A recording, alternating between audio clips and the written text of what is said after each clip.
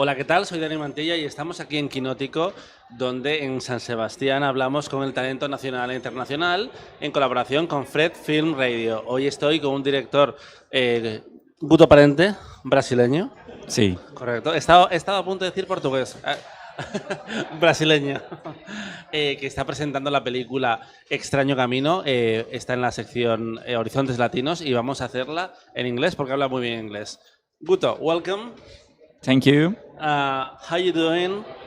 I'm fine. When did you arrive, San Sebastian? I arrived on the 22nd. Yeah. It's Yeah. yeah, and you're living? I'm leaving on 28th. That's cool. 1 week in San Sebastian. Yeah. It's a really nice stay. You were here last year because you work with this film, Extraño Camino, in the work in progress. How was that process? Oh, it was a new process for me. I had never been a work in progress presentation, and it was very important for the film. We won a prize from Projeto Paradiso, which helped us to make the post-production, so we got some money and we could work a little bit more in the movie. And we also met some film festival, some programmers. The film had its premiere at Tribeca. Where you won a few prizes. Yeah. Three, I think. 4. 4? Okay, Yeah. That's cool. Yeah. And Frédéric Boyer, which is one of Tribeca programmers, he was here in San Sebastian. So he saw the movie before the movie was completely finished, and he already saw something in it. So it was important, very important. And how has been returning back to San Sebastian and presenting the final version of the film? It has been amazing. I mean, I loved the festival last year. I really wanted to come back, and I was really happy when the film was selected to Horizontes Latinos. And yesterday we had a beautiful projection in Cursal 2. It's amazing theater. The reaction was quite loud. I was there. You were there. So yeah, I felt that the audience was reacting to the movie, laughing and crying, and I felt as if it was some kind of a new reborn. I mean, we had our premiere in Tribeca, but here I felt something new also. Vamos a seguir hablando con Guto Parente en 20 segundos, pero primero veamos el clip del Superviviente de Auschwitz, una película que ya está en cines y que dirige Barry Levinson. Ahora volvemos. Me interesa su historia. Soy el superviviente de Auschwitz, pero nadie sabe cómo lo consiguió. La chica que dejé en mi país no sabe que estoy vivo. Quiero convertirte en una atracción. ¡Traidor! Necesito ganar. No puedes, pero puedes sobrevivir. ¿Merece la pena luchar por ella? You were talking about Frederick. He has been here today with us in the Kinótico set. And I wanted to ask you, what was the origin of this film? Because it's dedicated to your father. And it's how much is real, how much is fiction? What did you want to do with this film? Well, it's a movie that I made, I wrote for my father. It was the beginning of the pandemic, and I was alone in my apartment, and I felt that I had to write a movie to keep my mind sane, and I kind of felt reconnect. He had died 2 years ago, and I felt that that was a way I could reconnect with him. So it's a very personal movie. It's an autobiographical movie. But it's also a movie about any kind of father-son relationship. I guess it's a universal movie. I've been hearing many impressions, different kind of impressions, and it has been a very great experience to expose myself. Without getting into spoilers, because people have to watch the movie, you have comedy, you have drama, you kind of have fantasy. How was finding the right tone for this story? Yeah, you mentioned what was real and what is fantasy, and for me, I think I like to see the things like everything is real and everything is fantasy at the same time. I think the film deals with that. Like I try to understand dreams as something that they are also real. We can communicate through different dimensions, through dreams and also through films. Was making this film kind of therapy in a way?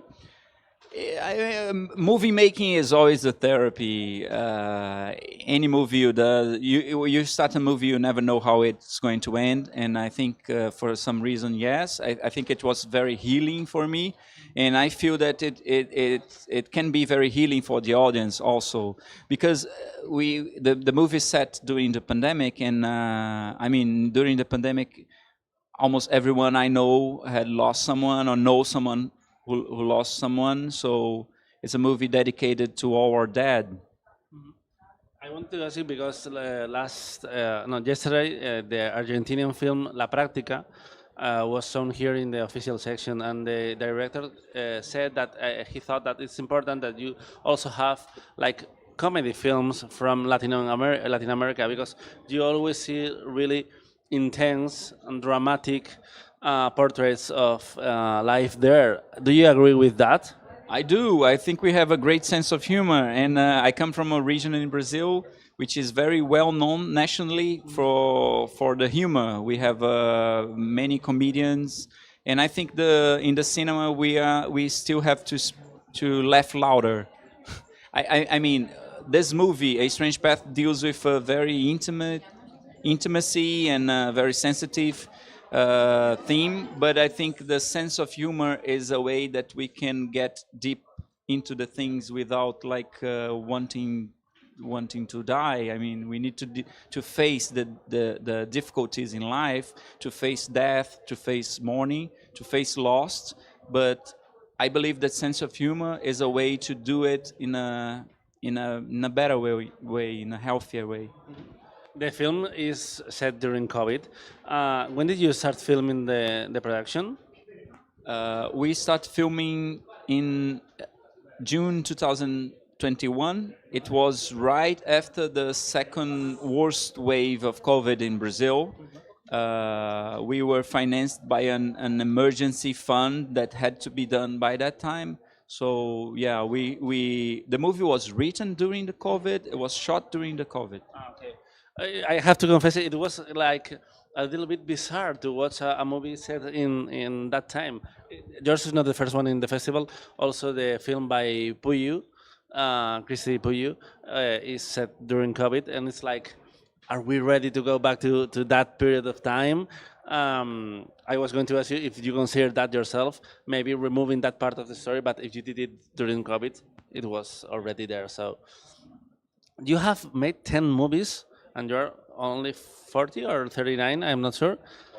40 years. You like to work a lot. Yes, I do. Are you working now in another film? Yeah, I have now 3 feature films project going on in different development phases. I'll be shooting a new feature film next year. And yes, I think when I'm not shooting, when I'm not writing or editing, I feel empty, so I need to be doing something.